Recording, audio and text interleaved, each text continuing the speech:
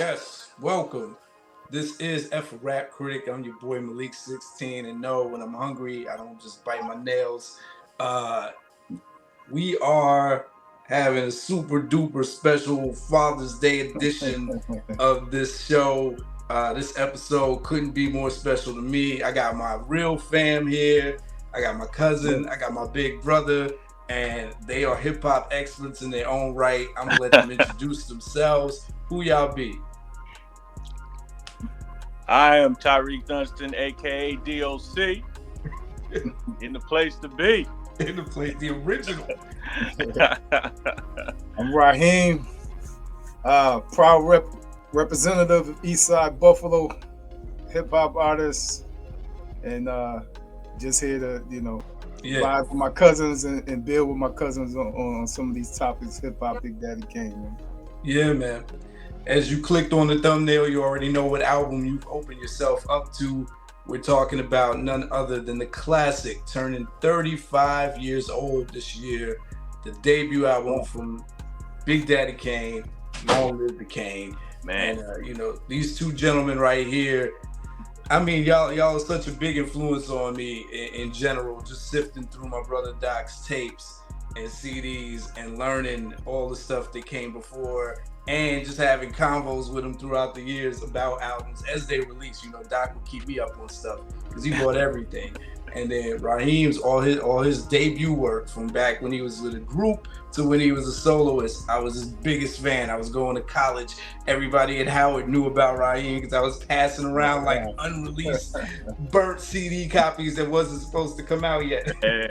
So it's, like I said, it's a very special episode because I get to do it with my fam. And if you have not already, take a moment to like and subscribe to the channel. And a little background on this album: it was released on Cold Chillin' Records in the summer of 1988. And what's also dope about it is that both of y'all were in your heyday in 1988, so I get to hear from people that lived it. So we go over the good times. Yeah, man. Oh man, it's the golden era right there. No doubt. So this is category 1, where we go over the album, the product itself. And the first dimension that we cover in category 1 is going to be dimension 1, the quality of the production. What can y'all say about the beats on here, man? Well, you got legendary Marley Marl on there doing his thing, so hard to mess with that man right there, so yeah, DJ Mr. C, who's everybody knows who he is now. He's on satellite radio and stuff like that. That's a good start. It's a great start. This is peak Marley Marl too. This is no doubt. Yeah, they're right at his peaks, man. He had Cold Chillin' in effect, man. He had all them up and coming artists, man. Yeah, as far as the production, it was on point. I mean, back then I didn't know. I heard the name Marley Marl and all that, but back then I didn't really care too much about producers. I'm just listening to the MC do his thing. If I like the beat, I like the beat. But looking back, I respect it even more. Like, oh, he did the whole thing like that, and it was a good collaboration. Yeah. I'm glad you used the word collaboration, because I just found out in researching the album that the Kane had his hands all over this. He had a lot to do with the arrangements. This is before they would really co-credit the rapper, but he said he brought a lot of those samples to Marley, and they kind of like had arguments about it. So like, that's crazy. Raw, for instance, he said he wanted to bring in, it was over a different beat, and he said he was at a girl's house one day and playing the Black Caesar soundtrack with all the James Brown songs, and they got a song on there with the horns, Mama Feel Good. So he said he wanted to take those horns off. And he said Marley did not want to use those. He's like, come on, man, that sounds too much like Public Enemy. And he's like, Public Enemy wants to be down with the Juice Crew. And he insisted. And they had to like do the record over because it was already finished. And so those backstories to certain beats are always interesting. Like he said, Ain't No Half Steppin', and Set It Off. He got both of those beats from Biz Markie. They were both Biz Markie's beats originally. Wow, So, would have thumped that, right? yeah. He said, set it off. Another Public Enemy connection. This is probably the one track that wasn't produced by Marley Marl. It was by Mark the 45 King. Okay. And Biz didn't want it. So Kane was like, speed it up. And 45 King told him it was originally sped up and he was going to give it to Public Enemy. The other James Brown sample, what is that? Get up, get into it, get involved. Yeah, Marley Marl, touch it up. And then Ain't No Half Stepping, Biz didn't want it. Kane liked that sample from the Emotions, and he had Marley add the UFO sample in the background. Marley didn't like it. He said it's too many elements. And then he had the Heat Wave, Ain't No Half Stepping added in there because he wanted that to be the hook. So he said he had his hands all over the production there, even just rhyming with Biz. They did that first and then took it to Marley, and Marley just did a lot of touch-ups on here. So that's crazy that to make a debut album like that, he's really involved like that, Yeah, and I had no idea. Knowing what he wanted too, that's crazy. I had no idea. I learned that about Rahim when I read Rahim's book. He said he produced most of his albums. So Yeah. These things just weren't really talked about. When the producer is the star, back in those days, the DJ and the producer were the star. The rapper was like you just shut up and rhyme. Shut up and dribble, right? Yeah. and so I did one thing I did want to point out, like the first beat, Long Live the Kane, the title track, it was almost like hip hop go-go, like how they spliced up two different songs by the meters, and it's really just a drum beat. Everything on that beat is just drums. And then you get some straight samples on here. Word to the Motherland, that's that famous break beat that we heard a million rappers rap over that. Give Me What You Got. Yeah, staple singers. Yeah. I'll take you there. Yeah. I wonder when I hear that if they just use that beat because of the way they cut it with the Big Daddy. Yeah. That was nice. But it's enough to go off, and even they get loose and they have fun with the wild style beat where they sound like they're just freestyling and stuff. So I mean, it's all the typical golden era stuff, with a little bit of everybody at this time period. I feel like they were taking like 5 different songs to make one song, and that's what you get here. Yeah, definitely. All right, so Rahim, on a scale from 1 to 5, 5 being the highest, what you giving the quality of the production on here? Quality of the production. Oh man, I went back and listened to it, and it's a lot of dope joints on there. Some didn't age too well to me, but I gotta really look at it from. I gotta be honest here, but I gotta look at it from that time point. No, you don't. Because when we look at it, does it stand the test of time? So if it doesn't, you can fact that in, and that's fine. Yeah.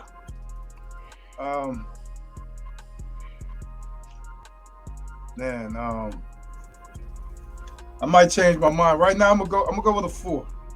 A 4, okay. Y'all can do 0.5s too. Doc, what you giving this? I'll give it a 4 also. I definitely 4. Yeah, that sounds fair, man. Yeah. So that takes like Ross said though, because when you listen to it now, of course everything is different, but back then you was like, it was just like fire, you know what I'm saying? So, but then when you listen back to it now, you okay. Right, got you.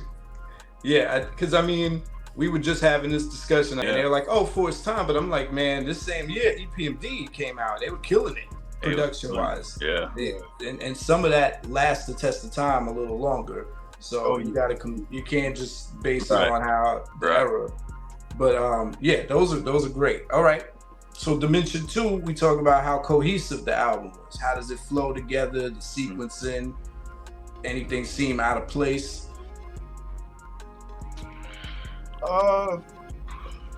Nothing really seemed out of place, but the what was it? The song, "The Day You're Mine." I understand why he did it, but it was kind of like what they said with 50. could have left the 21 questions off of that album type thing. Yeah. I kind of feel a little bit that way. I understand what he was doing. He wanted to appeal to the ladies, but it was like, we don't. In the sequence, it made sense to me in the sequence. It's the fourth song. He done ripped the mic, 3 songs. So like, you get your fourth one, you switch it up, you smooth it down. If I was sequencing an album, if that song had to be on it, it came at a decent spot in the album. Yeah, so yeah. It didn't mess up the flow. Somebody tell me which one, because I couldn't find who sung the hook. I was wondering if Kane did.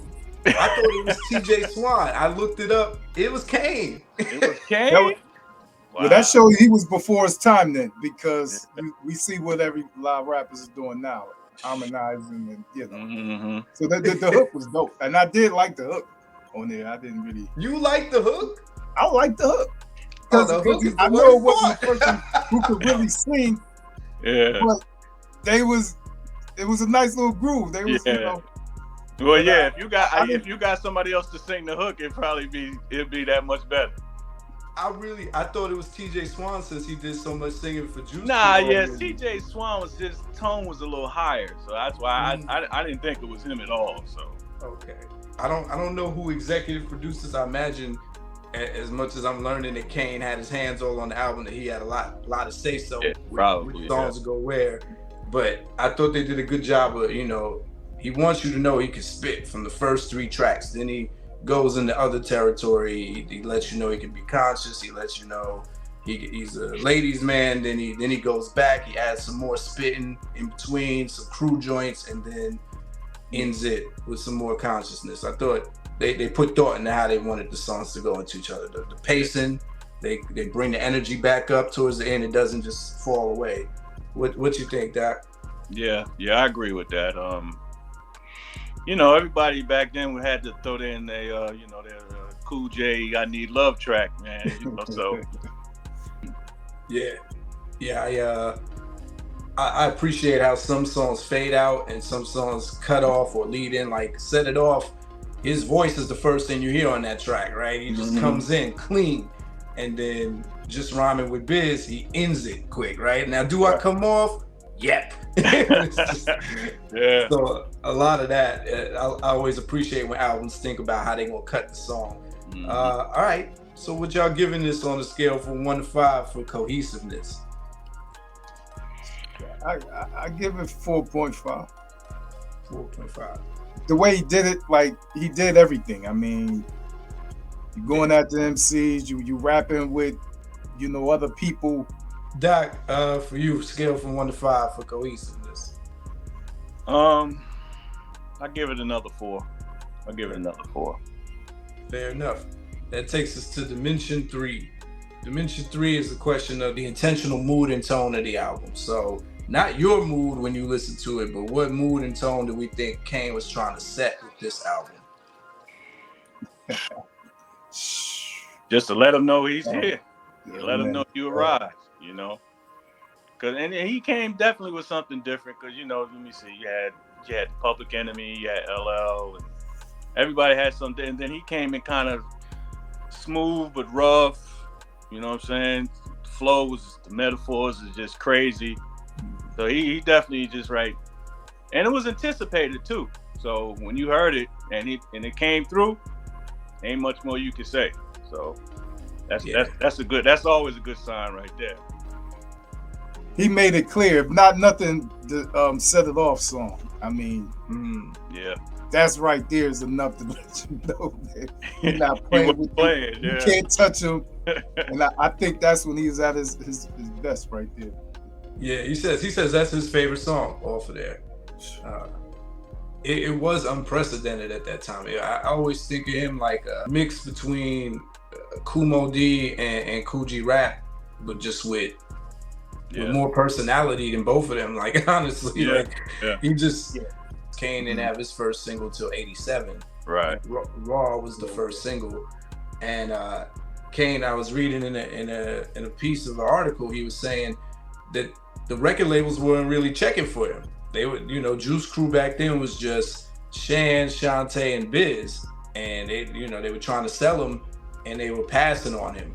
So then they released Raw and Word to the Motherland as a single on its own, and it started getting buzz, and then they just put it on the soundtrack to Colors, the movie Colors, and then he started popping. So, and he said he was itching. He was tired of just being kind of like Biz Markie's like wingman. He was I need a record of my own. and I get that. I get that hunger from this album. I get that.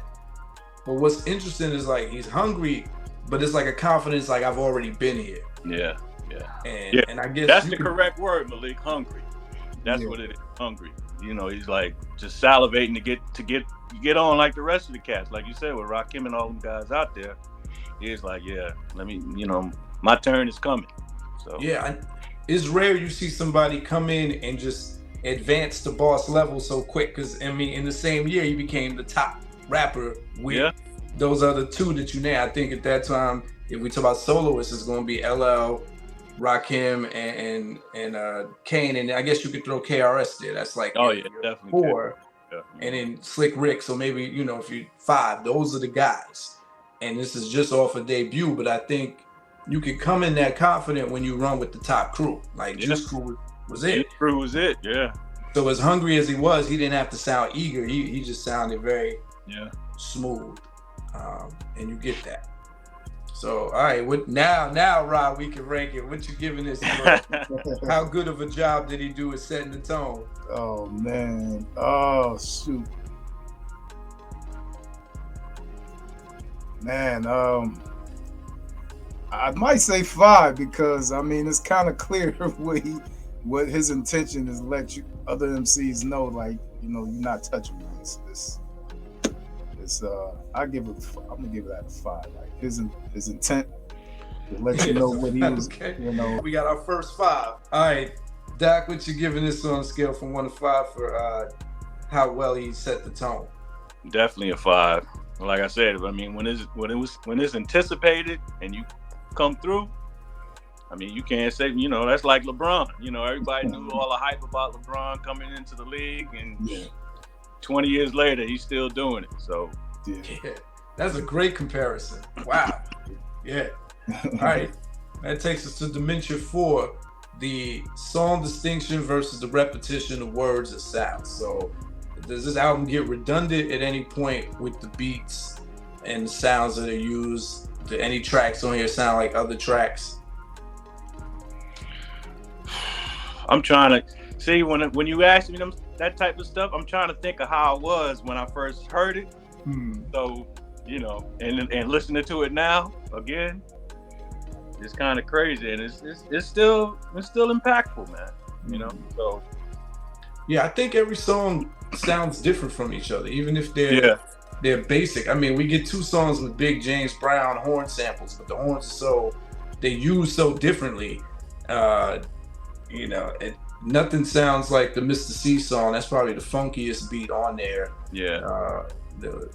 It's got a funk to it, and of course the 3 big samples from the R&B classics are different than the first 3 songs, which are mostly like drum, boom bap beats. So they take you different places. I don't hear a lot of repetition. I know they use the same equipment for every beat. It's probably all the SP1200 or the Akai 60 MPC, but I thought it was different. You heard any redundancy in the beats, Rob? No, but I did feel like Poetry from KRS-One, I don't know who came with it first, sounds similar to the first track. That's a good one, Rob. That's a good one. It sounds, I don't know who came first with it.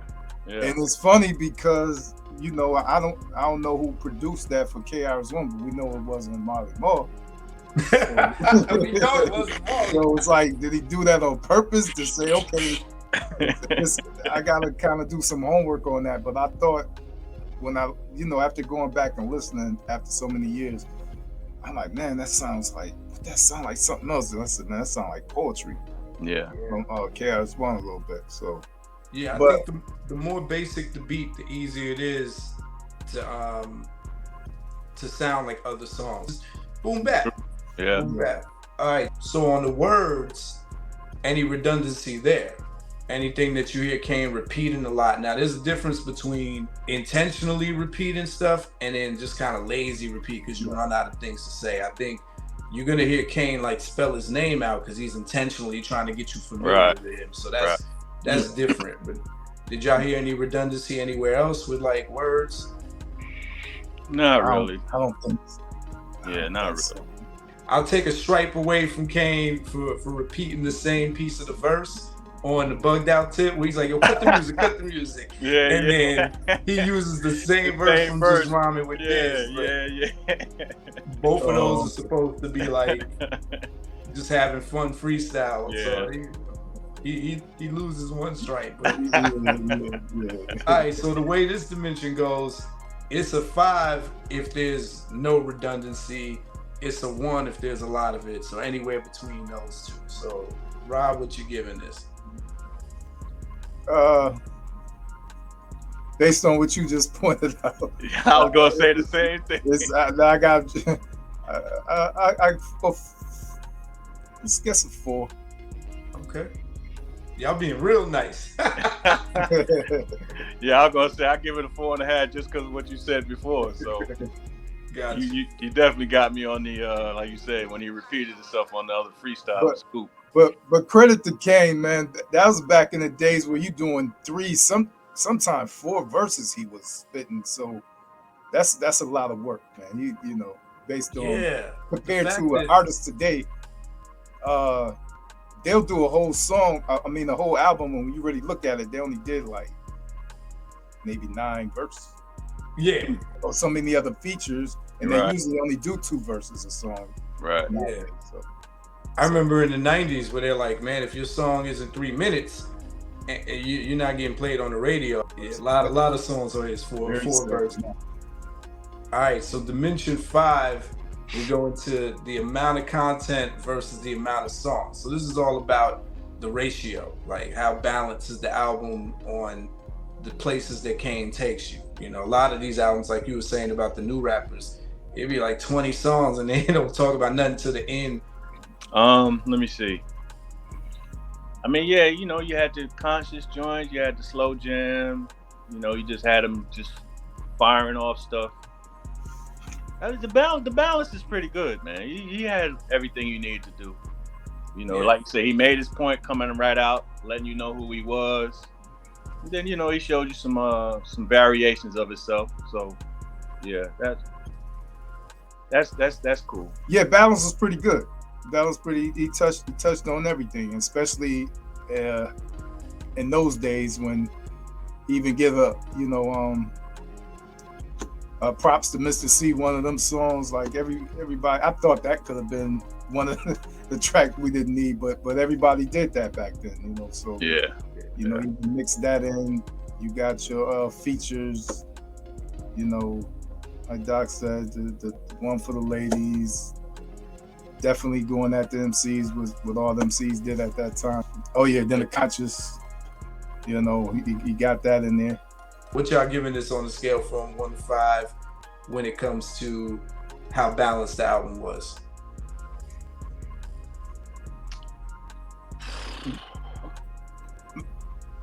$4.5. I give it 4.5. Yeah, I agree. Same thing, 4.5. Okay. Dimension 6, the features. We usually don't have a lot of this with 80s albums, but this was right when that was beginning to be a thing. And Juice Crew, I think Juice Crew and NWA are the ones that pioneered this. Juice Crew created the posse cut. So he's got Mr. C. I guess you could consider Mr. C a feature on this album. And then he's got his right hand, Scoop Love. Scoop Lover, or is it Scoop Love? Yeah, Scoop Love. Scoop and Scrap. Scrap. They say Scrap, but I think Scrap was only. Yeah, I don't think he was. Yeah, I don't remember him. Yeah, I think it was just Scoop. Yeah. So. Yeah, and then of course you got Biz Markie, rest in peace. Right. So the question in this dimension is always: do the features help or hurt the album? I guess you got to count it as a feature, but I say no to that. You know, like Mr. C. Like what I like about this DJ dedication song is that it's still a song.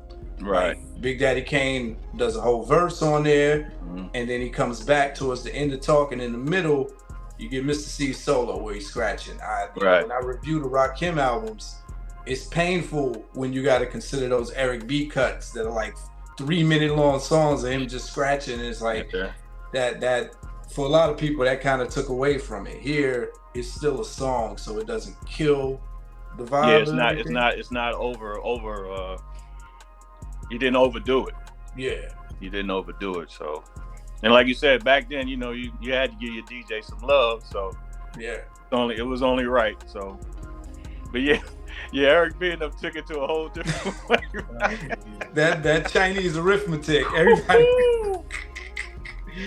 Yeah. So, and then what's interesting about Scoop and business presence on here is that I think this has come out over the year. I think Kane wrote their part, so it's really just more. No, Kane. Did he? Oh man, I think so. I had more respect for Scoop, man. I didn't know that. Don't quote me on that. I'm by the time this episode is posted, I'm gonna make sure. Yeah, somebody will let you know. But usually when I hear rappers go back and forth, I'm like, oh well, you had to write this line to tell them where to go, unless you really waiting. Rod, I don't know if you've ever wrote a back and forth verse with somebody, but it's one of the most painful experience, unless y'all got this amazing synergy. Yeah. But waiting for somebody to come up with the rhyme. What you say? Okay, let me write this. Oh, what you say next? Most of the time, people just write their lines and be like, you say this part and you say this part. Yeah, it could be fun though. Yeah. I imagine I would love to see how, not to get too off subject, how Kiss and Styles come up with their stuff. Yeah. That's who I thought about. I thought about them, and I thought about Smith and Wesson because they go back and forth a lot too, and finish each other's sentences. But I don't know. You could tell these are songs where they're having fun. I was watching an interview with Kane where he said Biz, it wasn't hard for him to write business rhymes because Biz wanted him to do comedic stuff, and that wasn't what he wanted to do for himself, so he just put himself in a different mode. And so when I think of lines like, I only drink root beer soda, I watch Star Wars just to see Yoda. Or R2D2 riding on the BQ. That's Kane's flow right there. Yeah, that's true. Yeah. But I mean, I love that verse. It adds so much contrast. You want Kane, as much as people say they like to hear Kane with a Coogee rap, I don't think that's as dynamic as it when you hear Kane with someone who's so different from himself. Yeah. Kane and Biz is like Method Man and Old Dirty Bastard together, so it lined up well. It's unexpected. The opposites attract. That's what, and that was perfect. Yeah, that was perfect for it. Like you said, Biz was known for being a clown and being funny. And here comes BDK, so big difference. And then with Scoop, the voice contrast helps. Yeah. And then even the way he comes in. No, I'm about to go for a Scooby snack. Yeah, and that was cool too, bringing the humor and wit, with that back and forth type thing too. So that was definitely a good change up. Yeah, it allowed Kane to play the straight man, and the other ones could be a little. Yeah, they could clown out a little bit. Yeah. Even though Kane gets a little light on those songs too. But yeah, I've never heard anyone complain about the features on this album, so I don't know if they help or hurt. Yeah. What are y'all giving this on a scale from 1 to 5 heartbeats? I give it a 5 because, like I said, I almost don't even consider them featured. So I would give it a 5. I'm just thinking of what could have made it, what features would have been better, but I mean, it works with the album, and it was a good change up. Like I said, it was a good change up. I'm gonna give it 4.5. Yeah, I mean, it would have been nice to have a Coogee rap feature on there. I don't know if he was on the scene yet. 88 was Coogee rap on the scene. I believe so. He had to be because if not, it was maybe at least maybe a year later. But I think it was right there. Yeah, Road to Riches might have been 89. Yeah, that's what I'm trying. Yeah, I'm trying to remember when that came out. Yeah, and Symphony was 89 too, so those were his big Right. entrances. Even though he was on the street scene, he's on the back cover of the Paid in Full album in 87 with Rahim. He was with their crew. So that takes us to Dimension 7. We kind of already been talking about this the whole time, the question of the weakest song. And does the weakest song bring the album down? Like, we all got songs that we skip, but it doesn't necessarily mean it's weak. But sometimes the album has one song that actually makes that, it tarnishes it. And it sounds like, not just from what y'all said, but from all the reviews of this album I've ever read, they're like, this song ruins the album, is how people feel the day you're mine. Man. Oh, they said it. Oh, man. Yeah. Well, he broke a lot of tapes, man, because you had to rewind back then or fast forward. Yeah, he broke a lot of cassettes, man. I guess because, like you said, the slow jam. That slow jam just gets me, man. Especially now that I sung it too, man. So I can't forget it. I can't see it now. Now when I listen to it again, it's gonna be in my head, man. Yeah. And then he went and hit a high note towards the end. Yeah, that's what now you're mine. Oh man. Hey, you pioneered it. Now you got everybody. And that's with no auto-tune. Oh man. Woo. Sonically, I think y'all said this earlier. Sonically, it's not out of place for the rap ballads like LL with rhyme on a beat like this on his albums. Yeah. And if I think of like a Teenage Love on Slick Rick's album, kind of same pace and same sounds. I just think Slick Rick did a better job. Yeah. Oh yeah. 10 times. I mean, the content was better too. Yeah. With Teenage Love and even LL, because LL was like with I Need Love, he was kind of like pouring his heart out. I guess Big Daddy Kane was doing the same thing too, but it just didn't come off that way. I think it's the hook. That's why I thought it was interesting that you said you liked the hook, because I just, if it was anyone else singing it, it might have made it more digestible. The hook takes it, it's off key. It's just, but I like what rappers try, man, because I might try something like that. So I guess that's why I respect it. Like, yeah, you're right. Sure if that was him, but he needed Ja Rule voice. You're right. I'm guilty of it too, because I feel like Doc has come to see, when we used to do cover band performances, Doc has come to see me live trying to sing, and I think I messed up Frankie Beverly and Maze. I hit a bad note one time. Doc's like, you get an E for effort, brother. So it's just, to put this on wax, it lives forever. Yeah. So, but you think the Mr. C song is also weak, Rob? Yeah, that could have been scrapped. That's, like I said, I understand both those songs, but I just don't care for them. Yeah. DJ dedication, we ain't need that on it.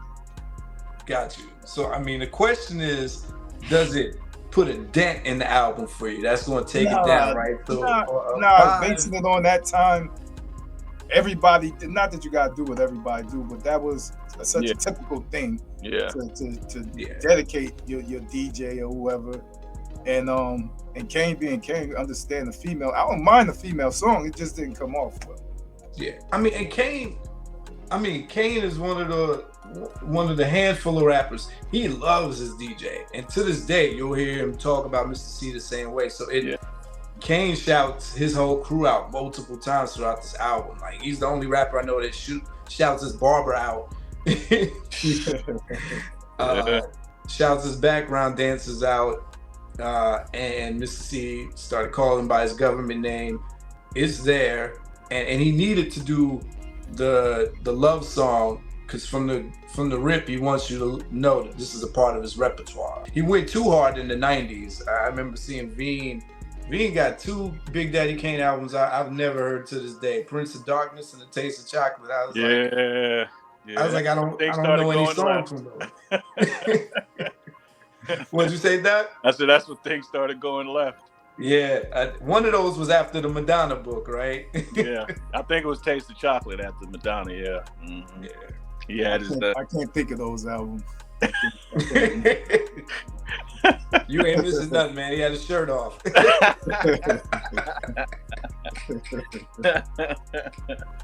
Oh man. But okay, yeah. So five means it didn't really have any effect, and anything lower than that means that it made a little dent, made a little nick, made a little scrape. What y'all giving is for the weakest songs? I guess that's why you make it a perfect album. Mm-hmm. So that's why I would do 4.5 again. Just like you said, just because of them 2 tracks. That's really, and it's still really nitpicking because it's the rest of the album just dominant, you know. So it's 4.5 just on those 2 track factors. Okay, I got a feeling Rahim's gonna be more critical. What you giving it?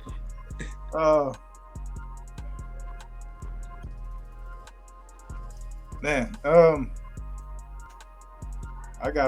agree. I gotta go with 4.5 too because it don't hurt the album. It's just I personally don't care for it, but I understand it. You know what I'm saying? Mm-hmm. It made sense, especially at that time. How couldn't he do it? And like you said, he had a good relationship with that brother, so he had to do the dedication. And just his element, he wanted to do a song for the females, but it just didn't hit and come off right. So I can't say it hurt. Y'all being generous, man. Remember, 5 means perfect. All right. All right. So Dimension 8, Mass Appeal. In light of everything we just said, like considering what Kane was trying to do, does this album sound like it had the legs to hit the masses and get the radio play and be a big talked about album? Yes, definitely.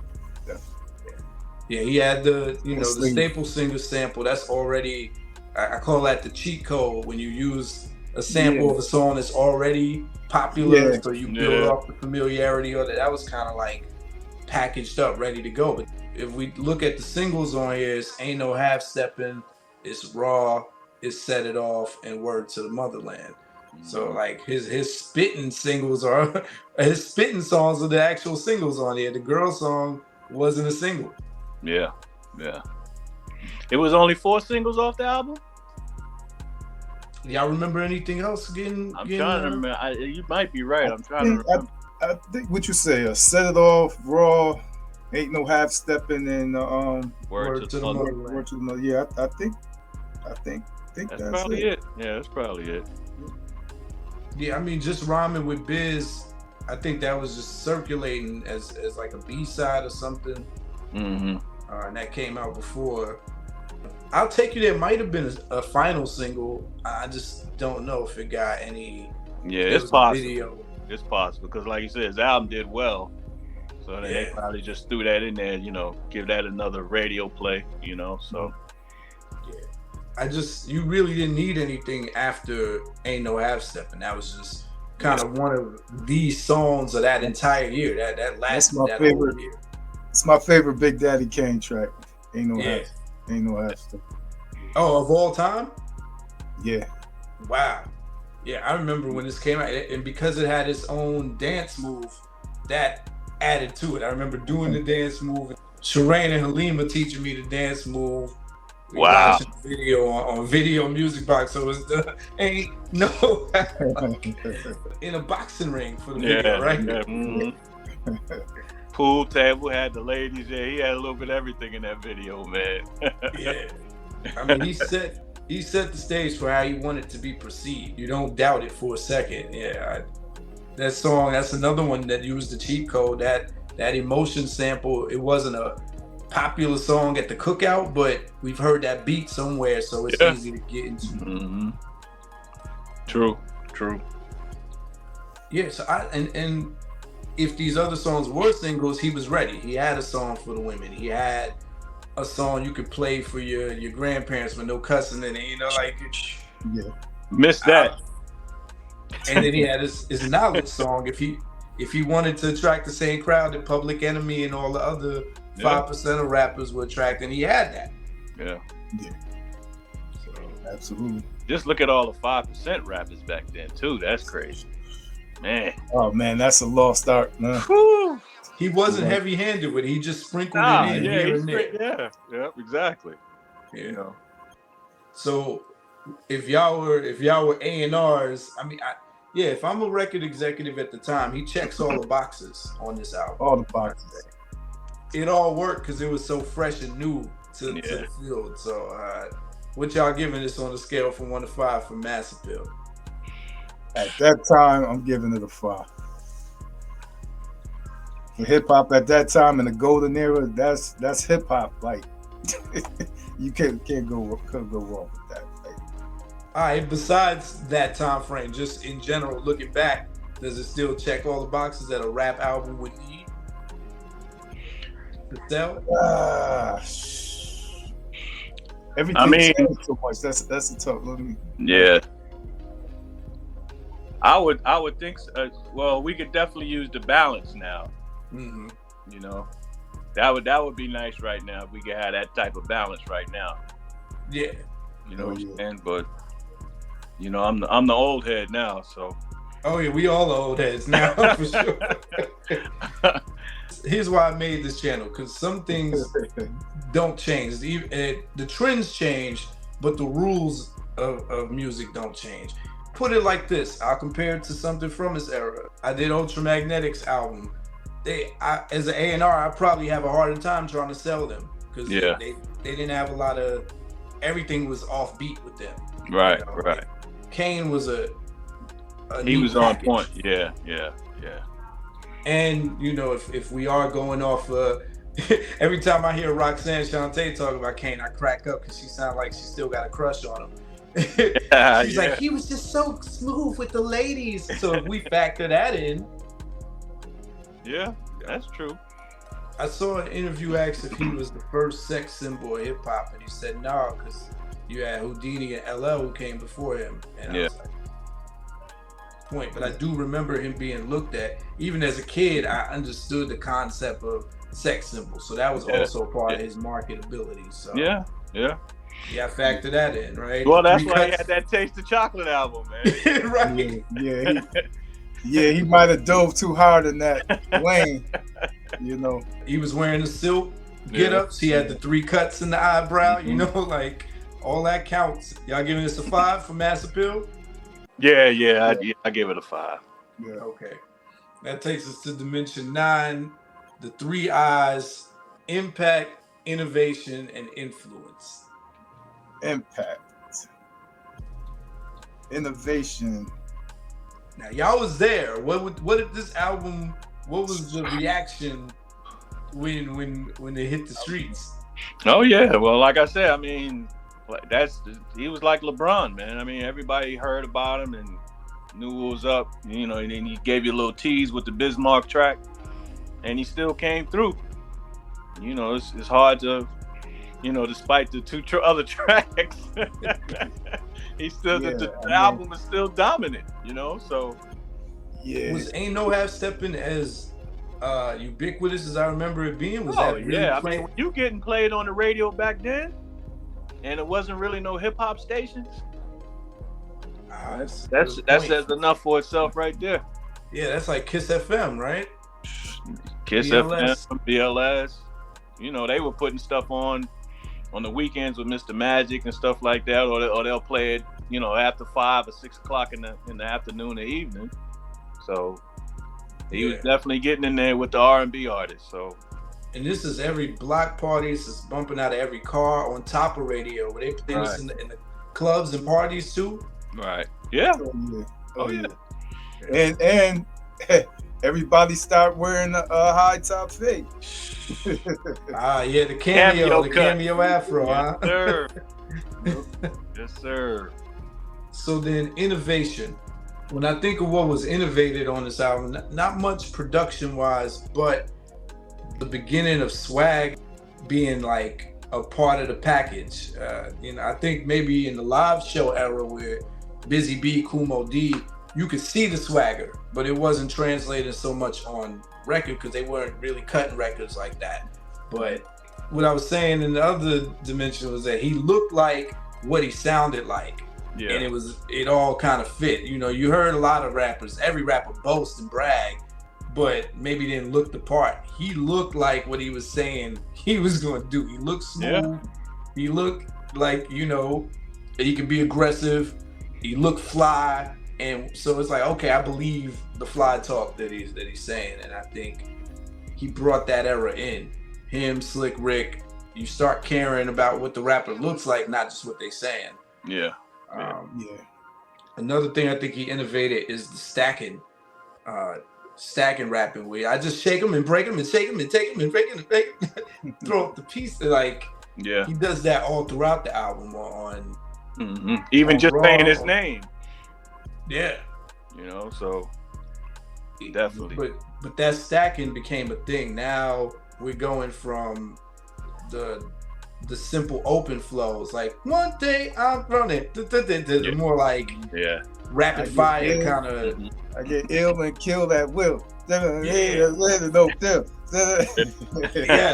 Yeah. I don't know words, but I know he was killing. I'll put them up. I'm gonna post them up.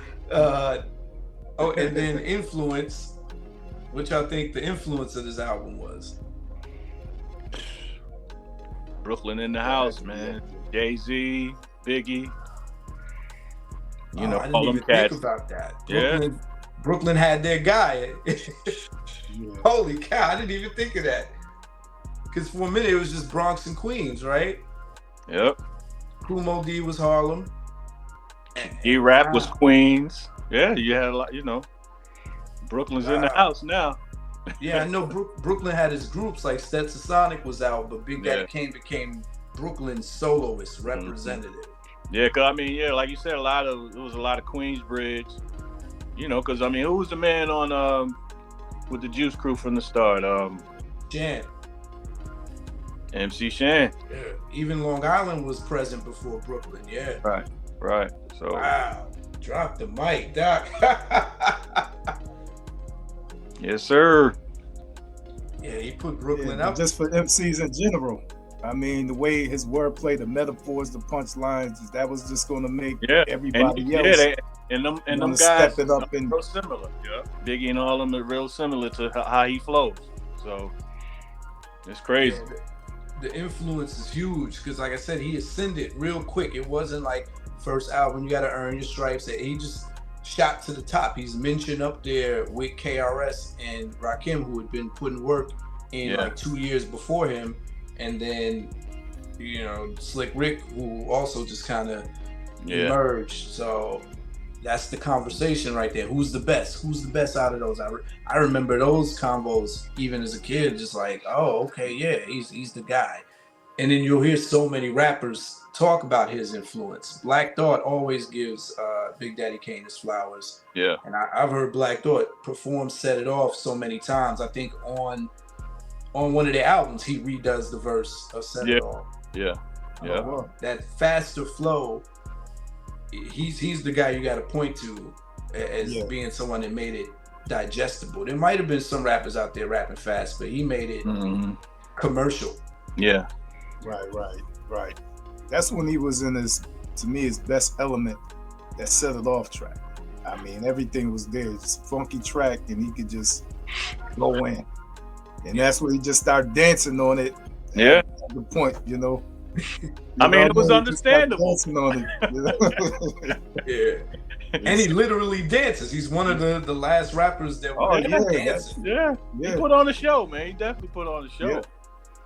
And that's what I mean about swag. Like, for some reason, there's a lot of rappers we look back, it might look corny, or they wouldn't try it because he made it look effortless. Like, he's just gonna lean back, get picked up, bounce back, do a split, and then get right back into aggressive rapping. Yeah. Without sweating, right? Without sweating. Yeah, he put on a show. I went back and looked at like a performance. I think it was Ain't No Half Step in one of them. And he's doing the dances, stop, get back on the mic, Chris, not out of breath. It was working. I only seen him one time in person, And he still did his things, did little dance moves and all of that. Yeah, he's definitely the prerequisite for Biggie and Jay-Z. Now that you brought that Brooklyn point up, Doc, it's like, again, swag rap. They had to build upon what he laid down. Like, no, I gotta be lyrical and fly. Both of these things are important. Yeah. And so, because Biggie could have just been lyrical, but he's like, nah, it's important to be fly. Versace shades watching you, you know? That's all Kane's influence. And they're all, if we were doing a family tree, they come from Kane's branch. No doubt. His DJ brought Biggie in, and he himself kind of brought Jay in. I forgot to mention that, like, Gangstar sampled two pieces of songs from here. I think the Step in My Arena from the Now You're Mine, and then the Take Heed to the Words That I Manifest. I mean, that. Primo then took so many cuts from Jay. Yeah, man. Yeah, but he definitely used that a couple times. Yeah, definitely can see he was influenced. Yeah, I picked that up. Yep. Sound like I know the answers here. What y'all giving this for the 3 eyes? That's a 5? I give it a 2.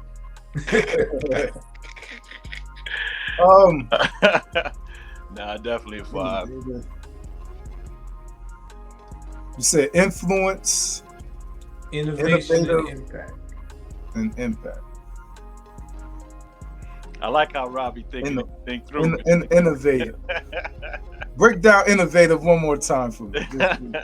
Innovative is what did this album introduce to hip hop that wasn't maybe as popular or maybe even invented? Give it a 5. Yeah, it's kind of undeniable, man. Takes us to the final dimension of this category. The overall timelessness and uniqueness of this album. I think this is what you were talking about at the very beginning, Rod. Like, some of it doesn't last the test of time, but in the conversation of classics, does it hold up, or is it a little rusty?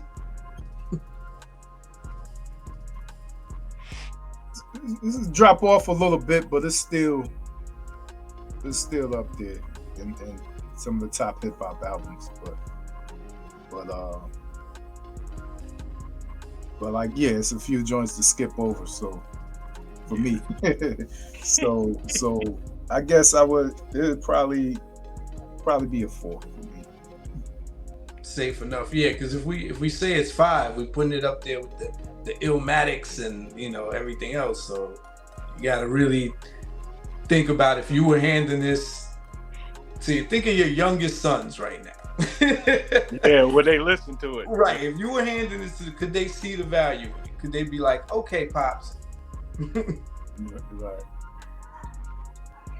Like, I'm trying to picture TJ. Now, TJ thinks. He does think. So, like, I can see him being like, I can feel you, Unc. I can see some of what he was talking about. Like, I can see TJ.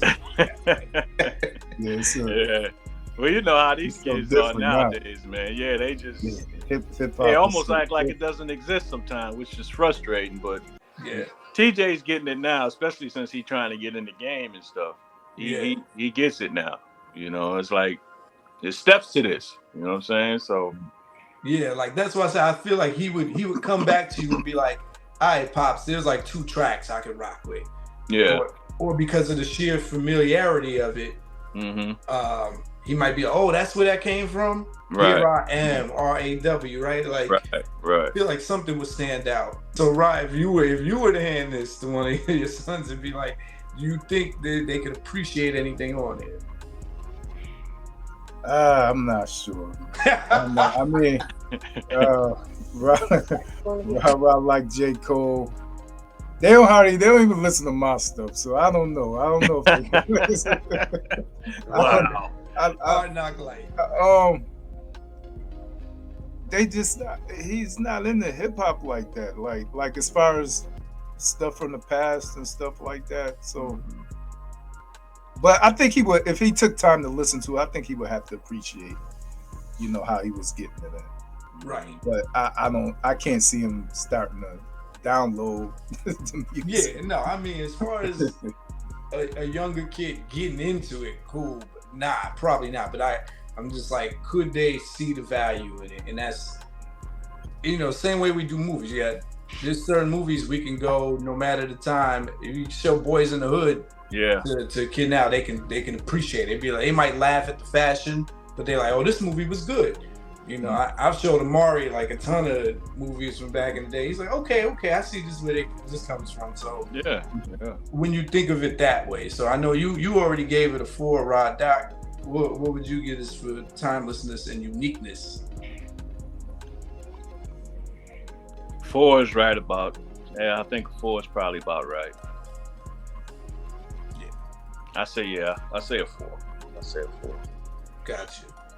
As we do this, I'm trying to think of an album that is old that a kid would just get right into. It'd probably be something ignorant like The Chronic or something.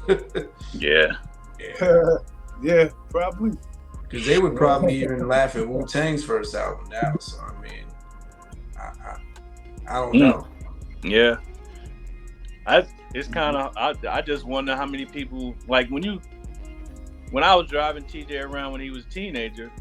And, you know, I play some of the stuff, man, and his boys is like, and I'm down in Atlanta too, so that's another difference. Right. And it's like I played Big Daddy Kane. Mm-hmm. And they think that was irritating. Yeah. I'm like, what? Are you serious right now? I said, listen. I just try to get them to listen. And it's like, yeah. Like, I mean, as I listen back to this album, that sound does get annoying for me. But he kept those verses short. Surprisingly. Yeah. He should have kept the love song that short. But yeah.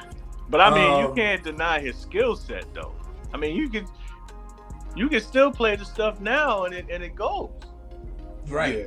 You know what I'm saying? So the problem with trying to introduce that old school New York rap to a bunch of Southern teens is that's also another barrier. Yeah, that's another thing too. Yeah. Yeah, I mean, you'd have to play like Young Jeezy. That's old school to them right now. And yeah. Probably have a hard time getting into that too, but they would respect it more. Yeah. All right, y'all. That concludes Category 1 review of the classic turning 35 this year for this special Father's Day edition with my fam here. 35 years, man. 35 years. We went over the album itself. Join me for part 2 where I go over the rap performance on this album. And y'all know what it is. Until next time, F a rap critic. They talk about it while I live it. Word to meth.